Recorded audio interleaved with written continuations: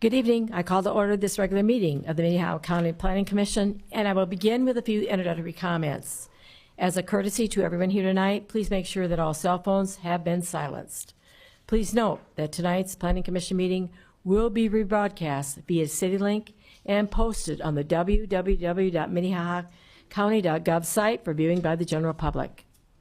Any final action taken on the conditional use permit applications tonight will take effect 5 working days following this meeting unless a written appeal of the Planning Commission's decision is filed in the Planning Office by Monday, November 3rd, 2025 at 5 p.m. In the event of an appeal, the decision will be referred to the County Commission for a hearing on Tuesday, November 18th, 2025 at or after 9 a.m. The affected parties will be notified of the meeting date, and meetings of the County Commission are held in this same room. First on the agenda is public input. Is there anyone who wishes to speak on an item that is not on the agenda?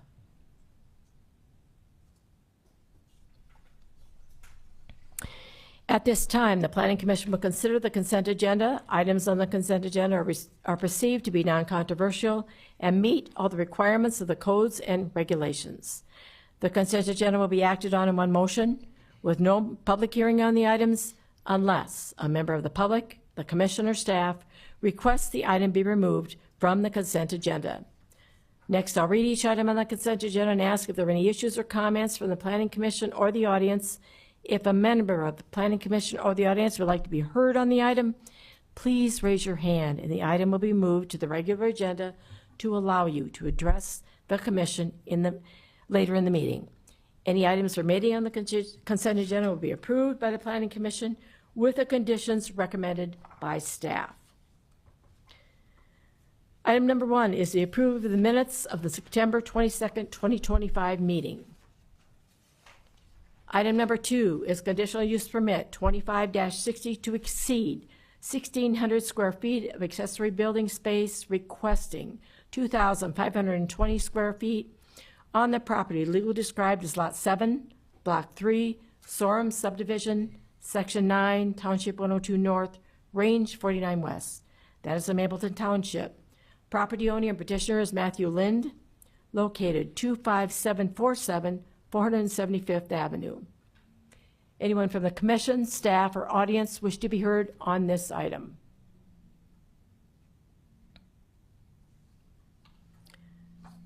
Item number 3, conditional use permit 25-64 to allow a short-term rental on the property legally described as Tracts 4 and 5, Bauman Subdivision, Lot 6, Southeast Quarter, Northeast Quarter, Section 21, Township 101 North, Range 51 West.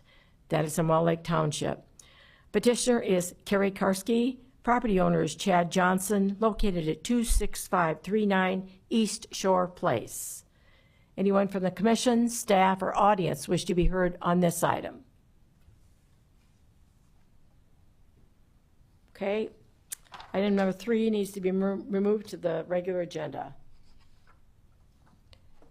Item number 4, conditional use permit 25-66 to allow motor vehicle sales, display, and service on the property legally described as Tract 1, Severson's Edition. There is an exception of H-1, end of exception, Southwest Quarter, Section 32, Township 101 North, Range 47 West. That is in Valley Springs Township. Petitioner is Joseph Negrednik. Property owner is Don Hopp, located 48526 268th Street, unit number 16. Anyone from the commission, staff, or audience wish to be heard on this item?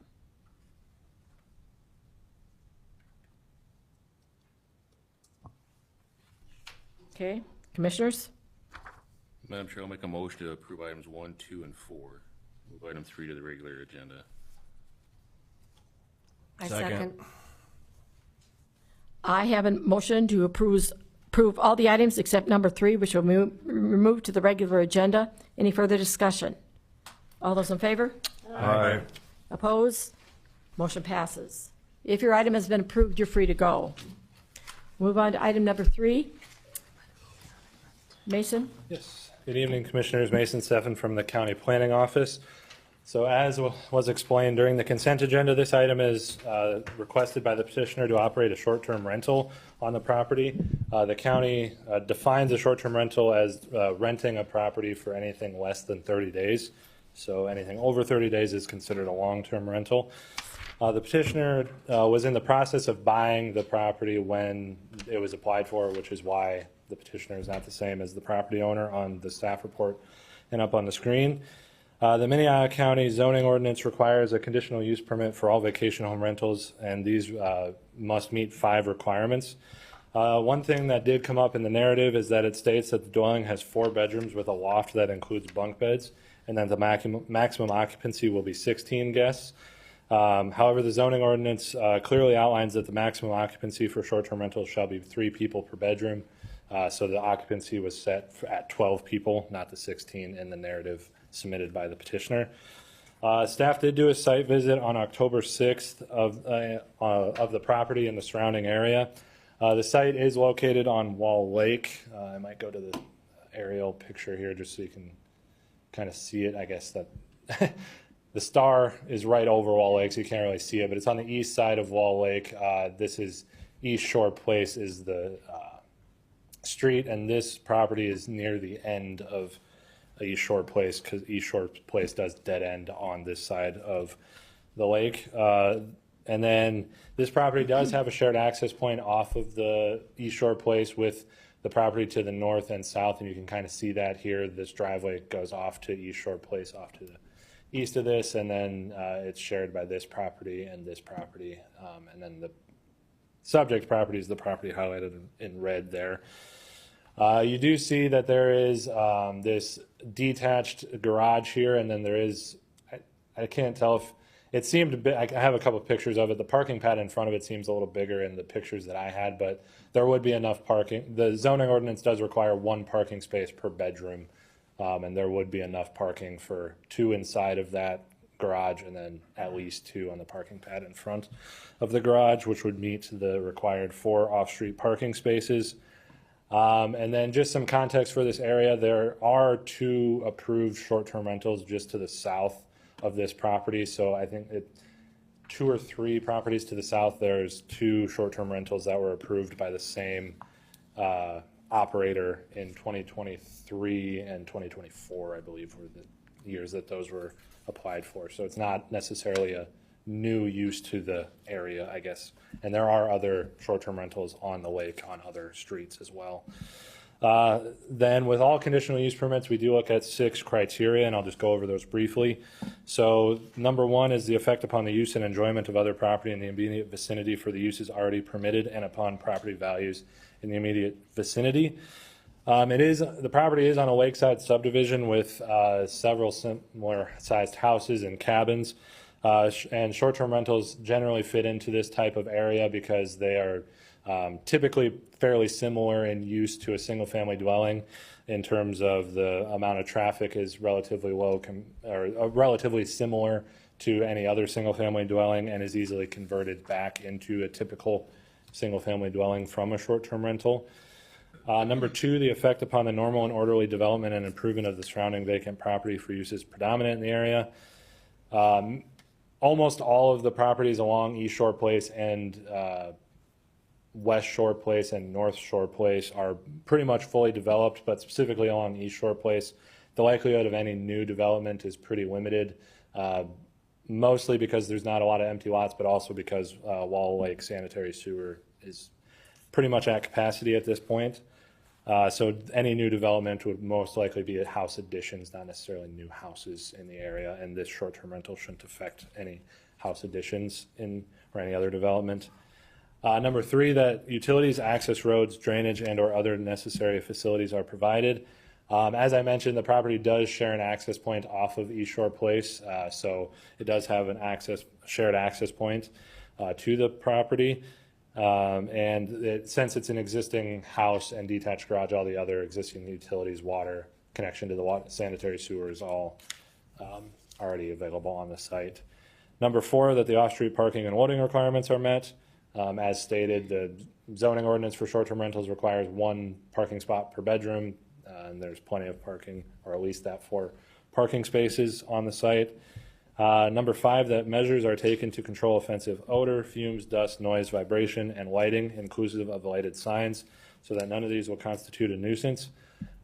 As explained, a lot of the uses of a short-term rental are similar to a single-family residence, and the Airbnb platform does allow some screening of users that have histories of bad behaviors, so the operator does have the ability to screen those. And the narrative does state that no parties or large gatherings will be allowed and that quiet hours will be in place after 11. And then also that there will be a representative, a representative of the host or the host themselves will be available 24/7, and that they live in close the host specifically lives in close proximity, so any potential nuisances could be handled by the host or a representative fairly quickly if they were to arise. Number 6, that the health, safety, general welfare of the public and the comprehensive plan. This proposed use should have a minimal effect on the health, safety, and general welfare of the public. The short-term rentals do allow property owners to utilize space that isn't previously used. That might not necessarily be the case in this property, since the property owner just bought the property. I guess I don't know how often they're planning on short-term rentaling it or living in it themselves. I guess that wasn't clear in the narrative, if they're planning on living at the site very often, how much this is just for income and how much it is just using a space when they aren't living there. I guess that, I don't know that specifically in this case, but that's one of the benefits of a short-term rental, is letting property owners get income from their dwelling when they are not using it. And then to protect the guests, they will have to have smoke detectors, carbon monoxide detectors, and then also to protect the public, the host will have to maintain a list of all people who stay at the short-term rental and make that list available to law enforcement if necessary. So then with that, staff does recommend approval of conditional use permit 2564 with 7 conditions, and a lot of those conditions reflect the zoning ordinance, the regulations specifically laid out in the zoning ordinance. Again, the specific one that's a little different from the petitioner's submitted narrative is that the maximum occupancy for the short-term rental shall be 12 guests as opposed to the submitted 16. So I will just go through some pictures here for you. So this is looking to the west towards the lake. This is that detached garage, the shared access point leading up to that. And then this is the neighbor looking to the south, and then looking a little bit more southeast. And then this is looking directly west, so this would be the actual house here, the detached garage, and then the walkway down to the lake. Here's just a little bit better picture of how tall the house is and the overall house, and then better picture of the detached garage, and you can see the room for 2. So it's a double stall garage and then room for 2 cars outside of the garage as well. And then this is looking back towards the garage, or back towards the driveway, out towards East Shore Place. And then this is on East Shore Place looking to the north, and you can see where it ends up there. Oops, went one too far. And then back to the south, back out towards the rest of East Shore Place and back out onto the highway. So with that, I'll probably just go back to this overview here, and I am available for questions if you have them. Otherwise, I don't know if the petitioner's here. Any questions for her? Madam Chair, I have a question for Mason. What's it? How do you enforce a 12 guest when they were thinking they were going to have 16 and they have room for more? So how do you enforce 12? That's one of those rules that is a little hard for us to enforce, but I guess the best way would be through the public complaint system, be enforced by the neighbors. That's typically how those conditions are enforced. If we receive a complaint from a neighbor, we would ask the property owner to submit their guest records or make site visits and things like that. That's probably the best way we would enforce it. So. Okay. Any other questions for him? Go ahead, Nice. Adam. Is that driveway for 3 houses there? Is that right? Is that the way? Yeah, I understand it. So this accessory building, I believe, is owned by this.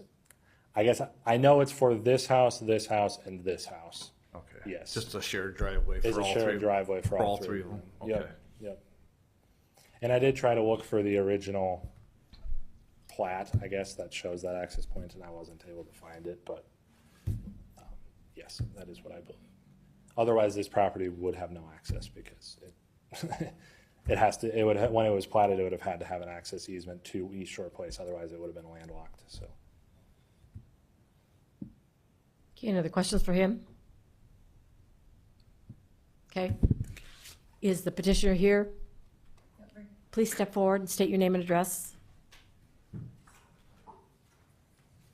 Hi, good evening. My name is Carrie Karski.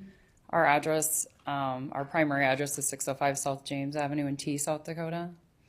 And then our address for here is 25639 East Shore Place. Okay, anyone have any questions for her? Cindy?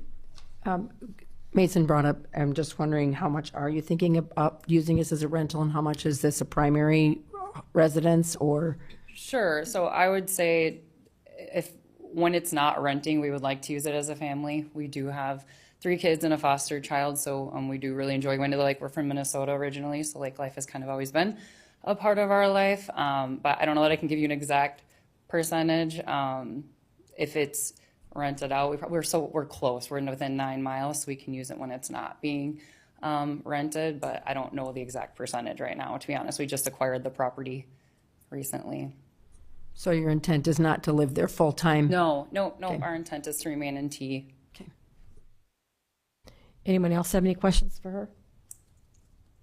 Okay, Thank you. thank you. Anyone from the audience care to address this item? Please step forward, state your name and address. Dwayne Boyce. I own property 26576 and 26566 at Wall Lake. I stand opposed to this. I maintain the road. It's a gravel road, and what they do, you say 12 people. Well, they have friends that show up. That has been going on for the last 2 years. And the road is lined out there with cars parked half on the road. And if I try to do maintenance, I can't even do it. It is not limited to 12 people. It is not limited to 4 cars. Who comes 3 in a car? They come 2 in a car or 1 in a car. And they've been parked all over. It's been crazy up there. And it's been literally hell for the neighbors. It really devalues. I don't understand how we are allowing this to become a commercial property. Don't buy an $800,000 home if you can't afford it. What I would say, you want the neighbors around to suffer because you got parties going on, you got people. They come in, they don't care. I watch people that come into that rental down the street. And by the way, they have parking for 20 cars. And I watch people coming in, they're doing 35, 40 instead of 15 like we ask for the residents. And it's difficult to maintain. That's a shared driveway, and people have been parking in the neighbors' driveways all over. Now, you say, how do we enforce? That's an excellent question. How do we enforce? You don't. Let me tell you, I've called, and I get nothing. I get, well, that's really not our well, it's really okay. And people suffer. And the property values, I own property worth $2.5, $3 million. And I don't like to see it go down because people are using it as a money-making commercial property. It's not right. I don't think these are bad people, but it's the wrong owner on a little dinky lot. There's just not room for anything. And the enforcement is going to be a nightmare. And it'll fall on the neighbors suffering like they have in the last 2 years. Thank you. Madam Chair, Anyone? Go ahead. I have a question for him. Would you come back up to the podium, please? Sorry. That's okay, thank you. So you say it's been going on for 2 years. Who was the past property owner doing this? Yes. With, Yes. without permitted already, it was, Well, or was it just- permitted It was before? just party. It was just people, Oh. people, cars all over, and rowdy people. Okay, And I don't know that they're going to have rowdy people. I don't know how you control. We have property out in Lead, and you go up on Terry Peak, you can't even spend a decent night there anymore because there's so much noise and racket. The same at Powder House Pass. And we live in a secluded area where that's not true. It's quiet. But I don't want to see Wall Lake become just a commercial property. I mean, there's the floods, there's all kinds of people that have been there for 50 years and keep it in the family. And now we got people coming in saying, hey, we're going to just pay our $800,000 house by having people come in and party. And they don't care. The rental people don't care. And I don't want to see the neighbors having to call the police, call whoever all the time. They don't deserve that kind of punishment. They're good people. Any other questions? thank you. Okay, Thank you. Thank you. Anybody else care to address this item? Step forward and state your name and address. My name is Lance Bergeson. I live at 26527 East Shore Place, which is roughly 3 houses north of the proposed property. I'm going to take issue with one of the things that was said, that this is a very light kind of residential situation. And maybe a year and a half, 2 years ago, I would have agreed with that. But I can tell you it is not the same as having neighbors. And we know that because we have an Airbnb that was approved down the road a ways. And that's for your consideration. There is no comparison. There's a couple concerns on this particular property I'd like to point out. East Shore Place is a 20-foot easement road. It's very narrow. The driveway that's shared is also quite narrow. And just like Mr. Boyce was saying, very common to have other cars parked in front of that on East Shore Place, which incidentally, none of this property, that's an easement. It doesn't belong to that property at all. So historically, the last 2 years, that's what's happened. And those cars, that ditch is fairly steep, so those cars are never off the road. They're in the road, which under normal circumstances is maybe a minor inconvenience if you have to wait for someone to pass the other way. However, my neighbor's house burned down last July, and I can tell you when you have 10 or more fire trucks to try to get up a 20-foot road, if that's blocked in any way, that's very difficult. And I live north of here and way better access than the road with the steeper ditches that are in this area. And it took a long time to get those fire trucks staged and moving back and forth if they had to get a tanker forward. So that is definitely a concern. So those are my basic 2 points. One of them is the safety, and the other thing, those houses are right next to each other. If my neighbor's house was sitting in there when it caught fire, no way. That fire would have most certainly spread. And luckily, we got a bigger lot up there, but it didn't. So the thing I would ask for your consideration is, first of all, I strenuously object to the idea that this is the same as having a residential neighbor. It is not. And the second one is the safety issue of the access to that road. I'll answer any questions. Otherwise, thank you for your time. Any questions for him? Thank you. Anyone else care to address this item? Please state your name and address. I'm Lois Boyce at 26575 East Shore Place. My husband used the address of our other 2 properties out there. We own a total of 6. almost all of them along East Shore Place. I am not here really to represent myself tonight. I'm representing the Francis family, who have the house that is just at the top of the picture there. And I have a letter that they have written that I would like to share a copy with you of, and I would like to read the letter from them. We live north of 26539 East Shore Place. We have lived here most of our life. My dad bought this property in 1950 and had a cabin for most of those years. In 2009, we built our dream home and retired here. So we have many great memories and have many great neighbors.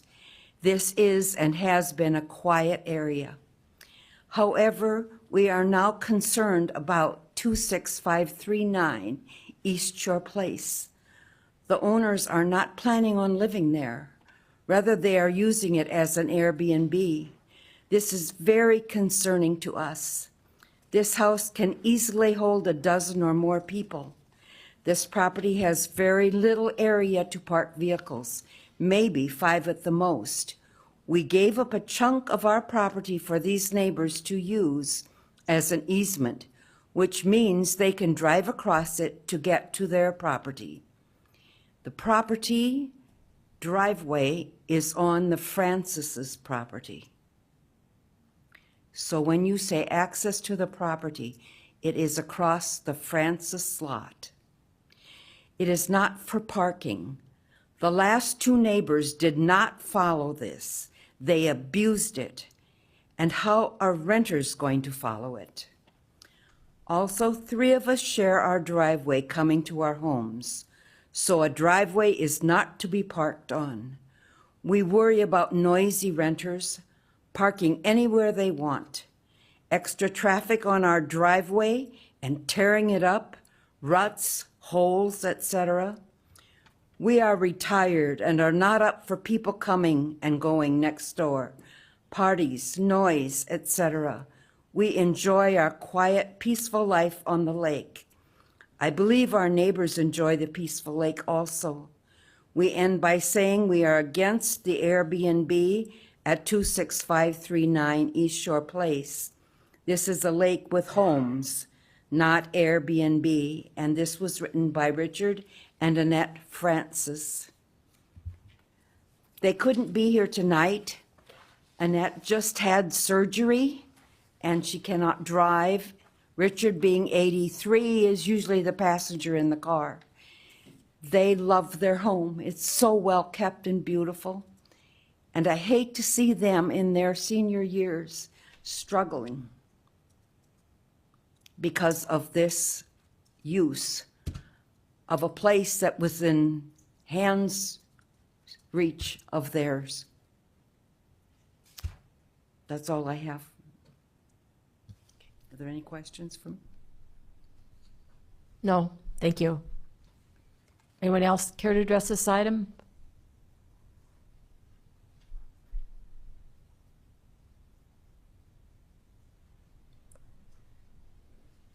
Commissioners? Madam Chair, I'd invite the petitioner back up to give us a little bit more background on what their intentions would be as far as which site they plan on Airbnb, how do you plan on the property management, how can you, basically your response to some of Sure. these concerns and how you could potentially mitigate them? Thank you, sir. Yeah, so we plan on putting a camera up to be able to, outside the garage, to be able to see the 4 parking spots that are limited. And then you see that access there, we were able to park cars there as well. We're on the Airbnb platform, and so putting the 12 guest maximum, like being in T, we've talked to both the neighbors in the north and the south and let them know, and have their phone numbers, and we want to make sure they know they can reach us at any time. And I can come out there and make sure, like, hey, you guys can't have more than 4 cars out here. Like, I would like to think we are really good people, and we really do care. I don't want our neighbors to suffer whatsoever. I'll be available all the time whenever we need to go out there. If we happen to be out of town, our neighbor in T would help us out as well. So I think with the 12 guests max, like they have to say that they have 12 guests. We have a Ring camera at the front of the door to see when they're accessing the home, to know if there's more guests that are there. Do you have anything to add to that? No, she kind of said it. We did talk to both. Sorry, this is my husband, Mike Karski. Yeah, sorry. We did talk to both of the neighbors and kind of explained that we would like to use this personally. We just can't afford it fully at this point. So that's the point, of the extra income is to help pay down the debt of the house so that we can enjoy it like the neighbors do. And we did talk through the driveway because that was a big concern as well. And we've had 5 cars there. There's probably parking for between 6 and 7 cars if you pull it in there, right? But We wouldn't allow that. definitely- anyways. Just with our family personally, we've had that definitely many there. forfeit there for sure.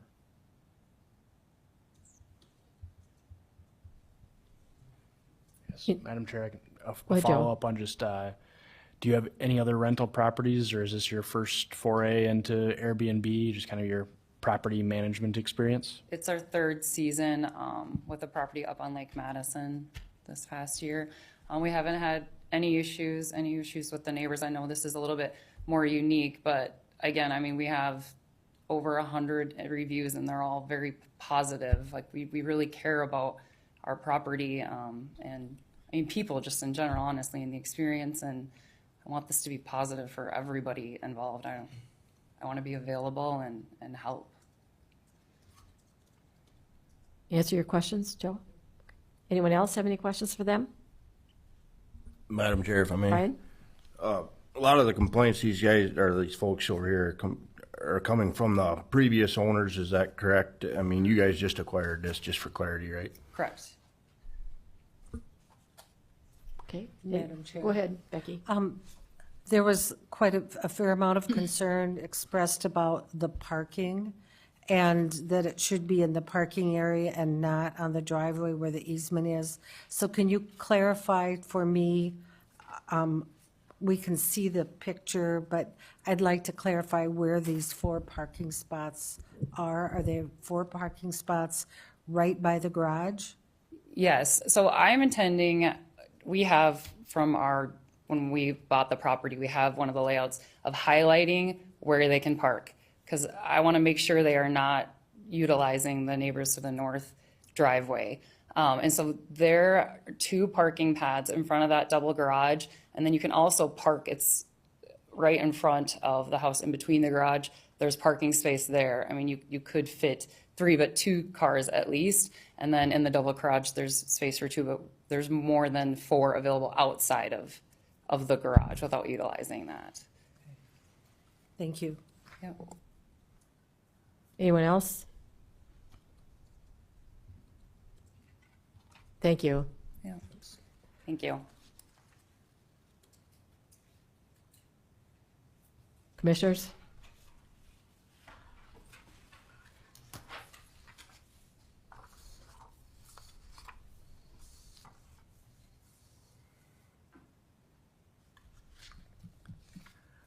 Joe? I can kick off the discussion. I think actually some of the genesis of this short-term rental era we've entered into, I think, came from some concerned citizens at Wall Lake, and this is what started up some of these conversations that led to probably a 1-year process of putting together this ordinance.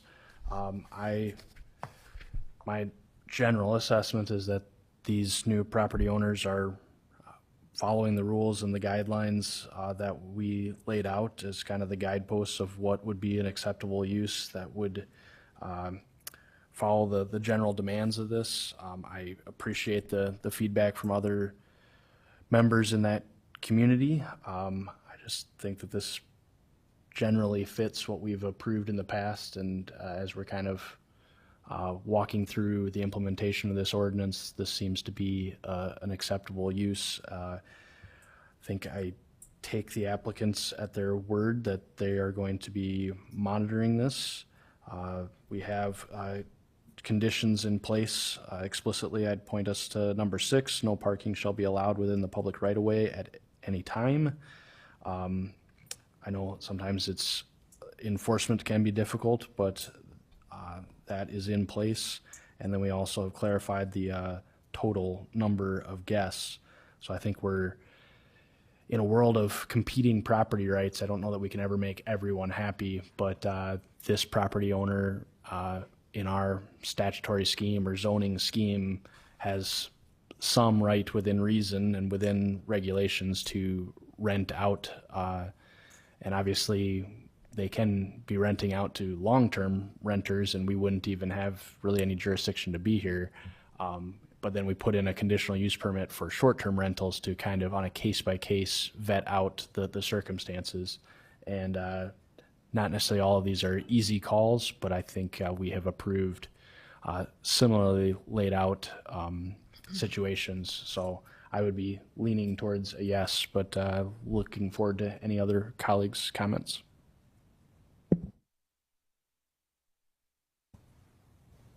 Any other comments? Cindy? I don't know where I'm at yet. Joe makes a good argument. I'm concerned about the road issue, and I know how that can be. People are just going to park there. And is our planning and zoning going to make sure that that's enforced? I mean, you get a picture. How many pictures do we have to say this is a problem and it's going to come back? Mason, can you address that maybe just a second for me? How many complaints do we have to have before we bring it back? I guess typically the way that it would work for any other complaint is we would get a complaint, we would go to a site visit, and then confirm that there are cars parked in the parking lot or in the right of way, or get the pictures from the neighbors. We would send a letter, either a letter one. Usually the way that it would typically work for another nuisance is you would get 3 contact letters, and then that third letter would be a final letter. In this case being a recall and review of the conditional use permit, not a take it to the commission for a public nuisance. But that process, usually each letter is about 3 weeks to a month. So, I mean, not necessarily a number of times it happens. It's, we got this complaint, we keep getting these complaints over this time, we've sent you letters about it, it keeps happening. Here's your third letter, we're going to recall you to the commission.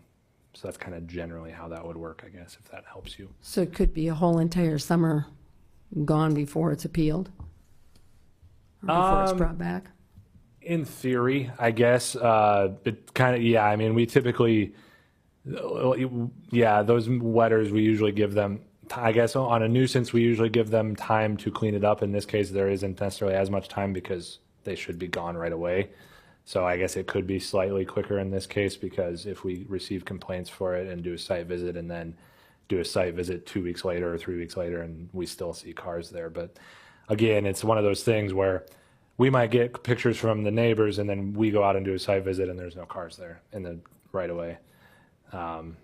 So, I mean, and we can only visit during 8 to 5, Monday through Friday. And a lot of these are check-in Friday, on a weekend, check out Sunday or whatever. A lot of these short-term rentals are weekend things, so that's where it's hard for us to see it, I guess. If neighbors submit pictures to us, again, we can work through that and get it to a recall eventually if it keeps happening. But I have one more question for Mason. What about quiet hours? I was thinking that one that we worked on last month had quiet hours.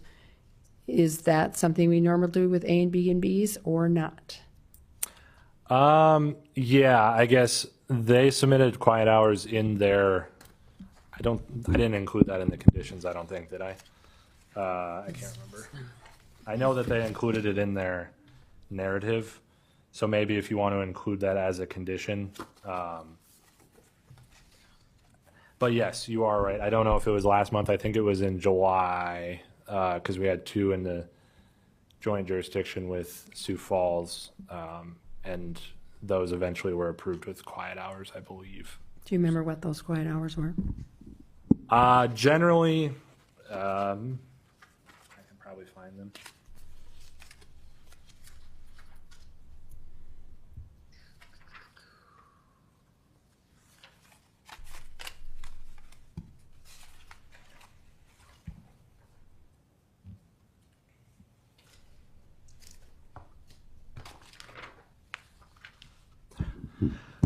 Yeah, I guess probably 11 p.m. to 7 a.m. is probably, I don't remember if that's exactly what was approved in the last conditional use permit, but that's pretty typical quiet hours, I guess.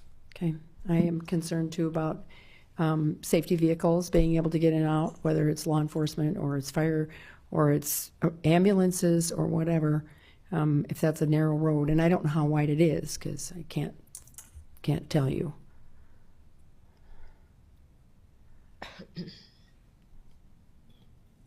So that's looking to the south.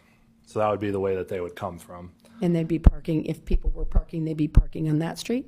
No, they're not allowed to park in Well, the, I know that, But if but they- if they are, is that where they're parking? that's really far away from this property, but I suppose they could be I mean, as you see in this, the very first picture, if you park on the street, you have to walk. I mean, it's not, but if you're coming to a short-term rental and you have suitcases and things, if you park out here and then have to, I mean, I know that the neighbors are saying that it's other people coming that aren't necessarily the people staying at the short-term rental, but I guess parking out here is fairly far distance away to, it's inconvenient is the best way to say it, whatever distance you want to say it. Thank you. Any other questions, Cindy? Anyone else? I guess, Madam Chair, if I may, Go ahead. kind of piggybacking off the previous two, I do think this does fit within the guidelines that we've kind of set forth and that we've already previously approved in other instances, so I struggle to say, well, these other two are acceptable, but no to you, without any other justification. I do like the thought of a guideline, though, on quiet hours. I mean, to be somewhat respectful to the neighbors, so I think if we're trying to be consistent, if that 7 to 11 is, or 11 to 7 is what we've been doing on previous applications, I think that'd be an acceptable 8th condition. I guess with that, if anyone else has anything else to say, I guess I would propose that we add an 8th condition that sets quiet hours from 11 p.m. to 7 a.m. I'll second that. Okay, I have a motion and a second to include a number 8, where the quiet hours will be from 11 p.m. to 7 a.m. Any further discussion? All those in favor? Aye. Opposed? Motion passes. I'll make one last comment and then a motion. I think where we've had success with these is when we've had people acting in good faith and working with their neighbors, having those conversations, having visuals, like a ring camera, things like that, where they're actively managing the property. Where we've not had success is, and where we've denied these applications before, is people that have explicitly advertised these as party houses and done some things that go beyond the bounds, and maybe we're explicitly trying to do some things that maybe the neighbors are not fans of. So I would take this applicant in good faith and on its face that they're going to manage this situation and be good neighbors. There is a process and there are conditions if that would come to pass, and I would encourage any neighbors to be communicative with the property owner themselves. Ideally, we can all be good neighbors and work through situations and go through some dispute resolution as we go, and then alternatively reaching out to planning staff, and that's their job to find and attract to enforcement or bring it back to this body to recall a conditional use permit. Keyword is conditional. So these are conditions being placed on you, and you all seem like nice people, but we don't want to see you again, is kind of the message there, is go forward and do the best to work through the issues that you can. It sounds like you're entering a neighborhood where maybe there's a bad track record that is not your fault, but understand that that's where your neighbors are coming from, and they're going to want to see, again, in good faith, building up a reputation and a track record that you can manage your guests. So with that kind of caveat to all parties involved, I'd make a motion to approve. I'll second. Okay, I have a motion and a second to approve conditional use permit 25-64. Any further discussion?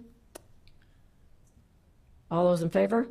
Oh, Comment. sorry, Cindy, I didn't see. I am going to support it only because they are following all the rules by the ordinances. I don't like it either, and I understand where you're coming from, but they're probably good people. We hope they are, and if they're not, we'll have them back. I don't think that I can vote against it just because they have followed all of the rules, and that's what our rules are, and if our rules are wrong, then we got to change them. Sorry, I didn't see that. Any other further discussion? All those in favor? Aye. Opposed? Motion passes. We'll move on to item number 5 on the regular agenda. If your item has been approved, you're free to go. Conditional use permit 25-65 to allow an agricultural-related operation. It's a production distillery on the property legally described as the northeast quarter. There is an exception of the south 887.6 feet, the east 751.21 feet. End of exception, section 6, Township 101 North, range 52 West, that is in Wellington Township. Petitioner is Riley Erickson. Property owner is Jelly Bean Bush LLC. It's located at 4 miles south of Humboldt. Kevin? Good evening. I'm Kevin Hookman from the County Planning Department. This item, I will start off with generally conforms with the area being an ag-related business and egg use with a distillery attached to it as well. There was just a couple of things that staff wanted to highlight throughout the staff report and the business. So the petitioner is requesting to allow an egg-related operation, which is a production distillery on the property, which will use products from the rural area around it to distill into other products. And the building proposed here, he was also going to have like egg storage and equipment on the property. Was originally planned for this building on a small lot in the north east corner of the property. The agricultural accessory buildings are permissible on production acres of land that is 40 acres in size. But this property was originally going to be proposed to be 250 feet by 250 feet.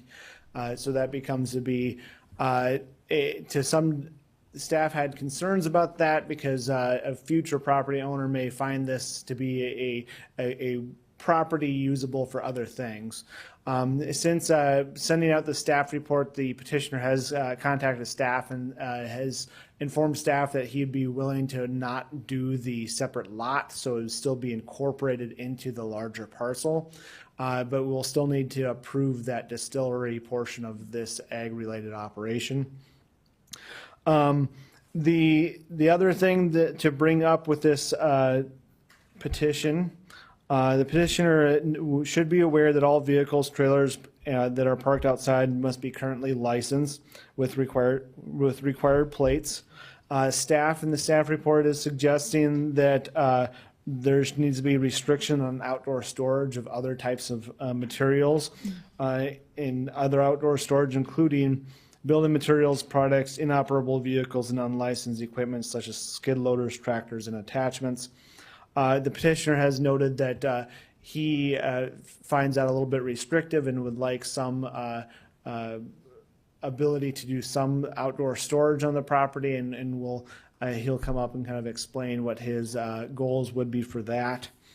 But with that being said, there are the criteria for the conditional use permits. And like I said before, generally speaking, the operation does fit within the area quite well. And staff is requesting or recommending approval of the conditional use permit with 9 conditions. It is condition number 2 that states no outdoor storage shall be allowed on the property.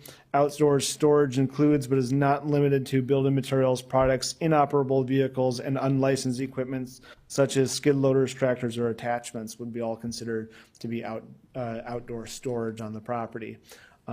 So if there is going to be a request for change, it's going to be a request to change that condition. I am available for any questions. I suppose I can go through some of the photos here I took of the site. So this is looking, there's kind of a tree belt on the south side of that 2 acres there, or approximate 2 acres. And you see that little area. But generally speaking, it's all ag land. It's very kind of a remote part of the county. You can see that there's a lake in the background or a wetland. This is looking south to that tree belt and along the gravel road. And then this is looking across the street, which is federal game production land.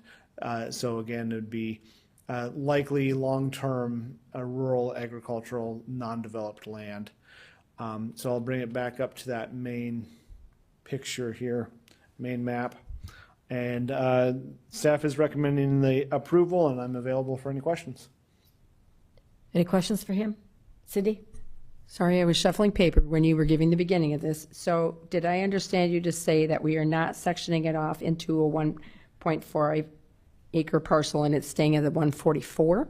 That is what the petitioner explained to staff, and that is very helpful in the long-term use of this property, that it does not become a non-conforming use or a use that is desirable for other types of businesses. Okay. Further? Anyone else? Guess not. Is the petitioner here? Please step forward, state your name and address. My name is Riley Erickson. I live at 208 West 41st Street in Sioux Falls. To clarify one thing that Kevin had mentioned, if possible, I would like to approve the use as the parcel as it's seen here. Seen here in the 1.4 acres. However, I am open to using that the rest of the parcel. Currently, the parcel is owned in its entirety by my partner and his cousin, and this would be a way for us to purchase that 1.4 acres in a way that keeps the opening cost of a distillery down. But we can navigate and work through using that entire parcel if that would be required. Any questions, Cindy? You were going to explain about the outdoor storage on the property, and what were you thinking you wanted to put outside, and what were your thoughts on that? Yes, so in regards to the exterior storage, we would like to be able to store potentially tractors, implements, and things, and we'd be willing to restrict that to only the gravel lot area that is laid out on the site plan. But we'd like to store only things related to our operation. My further question is more for Kevin, and it's related to my first question, which was about being 144 acres. So if it's 40 acres or more, they can have tractors because it's considered agricultural. And so I'm maybe splitting hairs on this a little bit, but that's why I brought it up, that if he said 144 acres, then we wouldn't even have a restriction on here at all as far as number 2, because it's agricultural, and agricultural people can have tractors outside, they can have skid loaders, they can have building supplies, they can have everything. So Correct, but if they could get to like a 40-acre parcel, that would be very helpful, because then it would be considered ag, and then things like tractors and skid loaders and ag equipment would be allowed to be stored outside. correct. And so that's kind of where I'm going. For you as a petitioner, it doesn't have to be 144. If it's 40 acres, or if you park all that stuff off of your property, I understand why planning and zoning wants to keep that. If you're going to do that small parcel, why we don't want a lot of junk on there. But if it's like agriculture, which is what your product is, if you have a large enough agriculture area, you can store things on your property without the county coming after you. Okay, anyone else have any questions for him? I just want to clarify for everyone, the storage of equipment has to be operable. So you can't just store junk. So it has to be operable and usable and functioning. So just for everyone's clarification. Okay. Thanks, Scott. Any other questions for him? I think my question still hinges on if it's going to be a 1.4 or because I would be willing to scratch number 2 if I knew for sure it's not going to be a 1.4, but if it's going to be 1.4, then I'm going to leave 2 on there. And so that's where that's at with me. Okay. Any other questions? I would note, if you want, you could replace the condition with a condition for 40 acres or more as a requirement of the approval too.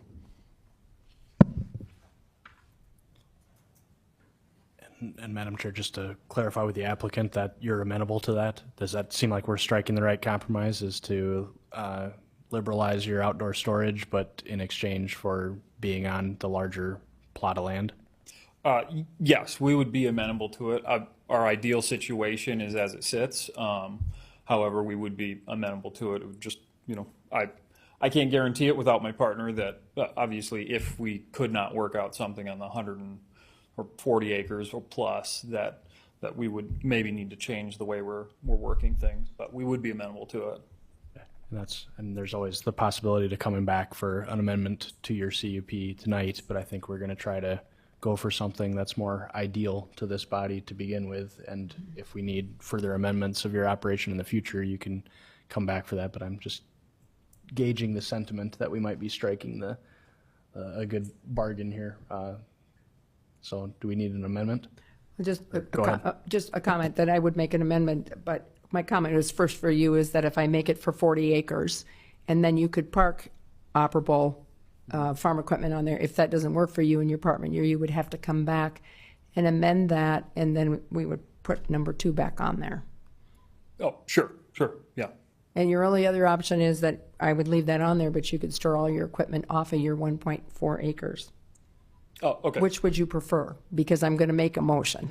That's an excellent question. I imagine that we would prefer it if it were the 1.4 acres, and we can work around a storage requirement. We're definitely wanting to keep the property looking nice and keep the area looking nice. So. And if you park your stuff off of the 1.4, it's agricultural, and so then it would be permissible. Gotcha. Yep. Okay.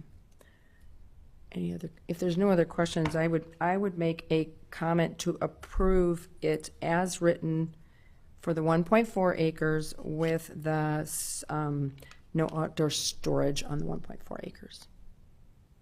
So approving all 9 of the conditions that the planning and zoning has put on there. I'll second that motion. Okay. I have a motion and a second to approve conditional use permit 25-65 with all 9 conditions. Any further discussion? All those in favor? Aye. Opposed? Motion passes. Thank you. Item number 6, the review of conditional use permit 23-55 to allow a motor vehicle sales and repair shop on the property legally described as Tract 1A, Preheim's Edition, North Half, Section 27, Township 101 North, Range 48 West, that is in Split Rock Township. Petitioner is Auto Body Specialist, property owner, MJ Holdings 23 LLP, located at 48132 Highway 42. Kevin? All right. So this permit is a review. Oh, I better bring up the photo.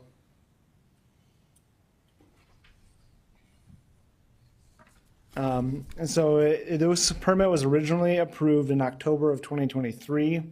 After receiving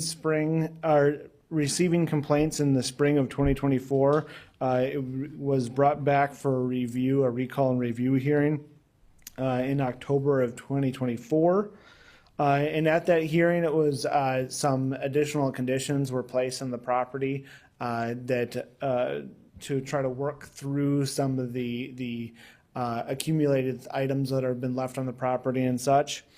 And an automatic review of this permit was included as part of the conditions of approval on that October meeting. And that was set to be reviewed tonight.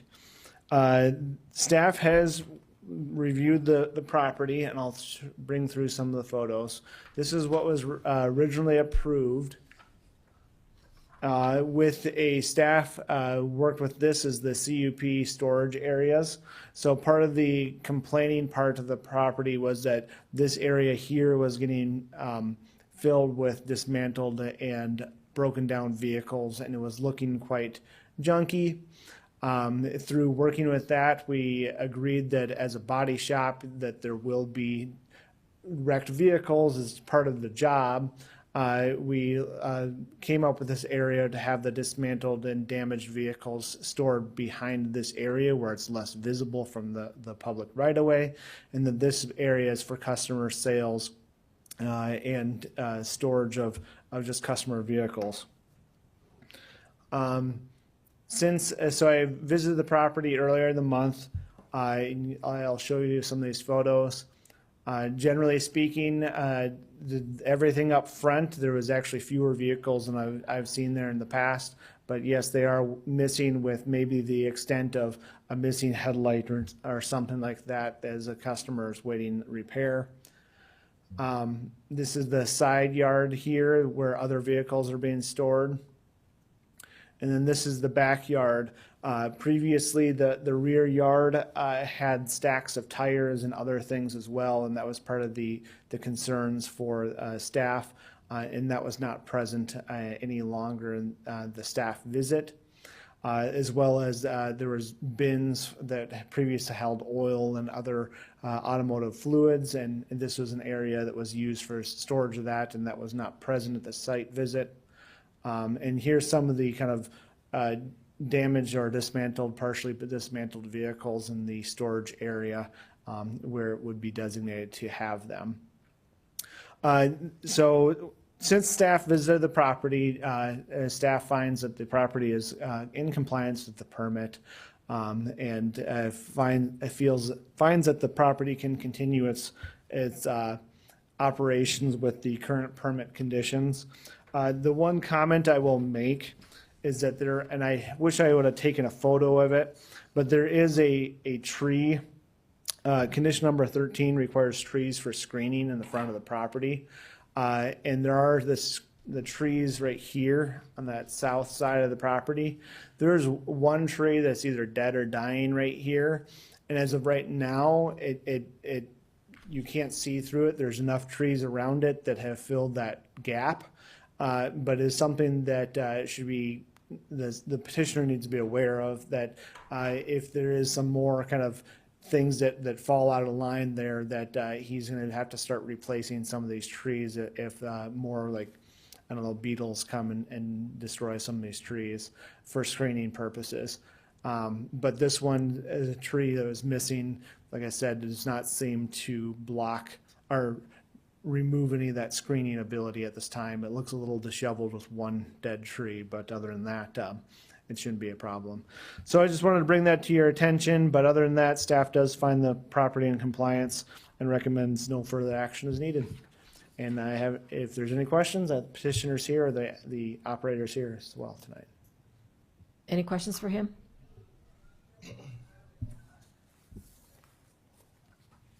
Okay, is the petitioner here? Would you like to step forward? Please state your name and address. Good evening, Noel Antion, home address 118 Skyline Drive, Valley Springs. Business is 48132 Highway 42. And you're aware of the tree situation like he was stating? Not until Kevin brought it up, honestly. Okay. Yeah. And question, do we need to replace it? Like, should we get it out or put a new one in, or? Getting it out would be a good start. Okay. And then just be aware that if there starts to be gaps, that you Got need it. to replace. For visibility, got it. Okay. Anyone else have any comments or questions?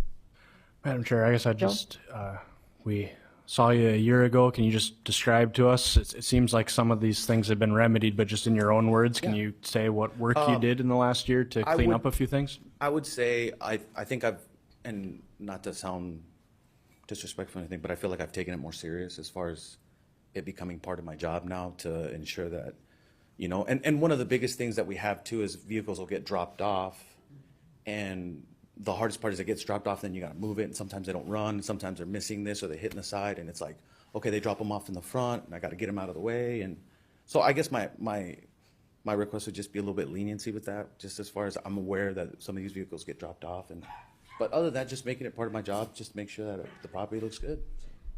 Yeah, I think you're taking the right attitude towards it, and I think Kevin has shown that grace and leniency, because I read that in your report, that upon you saw one vehicle that probably was in the wrong spot, but it had just been dropped out, so obviously you have to run your business, and you have to have some period of time to get vehicles moved around. I would just note, we're here tonight because of condition 18 that we put in, that the permit shall be reviewed, so that kind of gave you a deadline to work with and knew that we were going to be reviewed. I would just point you to condition 14 still controls, and that's basically that this planning team reserves the right at any time to come back on out. But I think we're on the right track here, and we hope that through just conversations and working through some things like trees or things that might come up in the future, it sounds like we can be good neighbors and work through those things. Otherwise, yeah, we'll hope to not have you back in front of us, but I appreciate the work you've done in the last year to get in compliance with this, and so I think I'd agree with the staff's assessment that we're on track now, so no further action needed, you said, Kevin? Okay. That's correct. I will also say that I live in that area, and when we were initially having the problems, I took a look. It isn't that far from where I live. So and it was very congested down there. There were it was kind of a mess, actually. But I will say that I think you've done a fairly good job of trying to clean up and comply with what we've decided to do with you. So thank you for that. Okay. Any old business? No. New business? One item. I just wanted to let the commission know that 2 of the county commissioners' terms are up at the end of this year. That would be Bonnie Duffy and Mike Ralston. So I have been working with the county commission office. It's being advertised, and it will be, I think it's open for another couple more weeks. So if you are wanting to reapply, you can contact me. You can go to our county website. There's a form that you would fill out and submit, and that's it. Okay. Thank you. Need a motion to adjourn? Motion to adjourn. Second. All those in favor? Aye. Aye. Opposed? Motion passes. Thank you, everyone.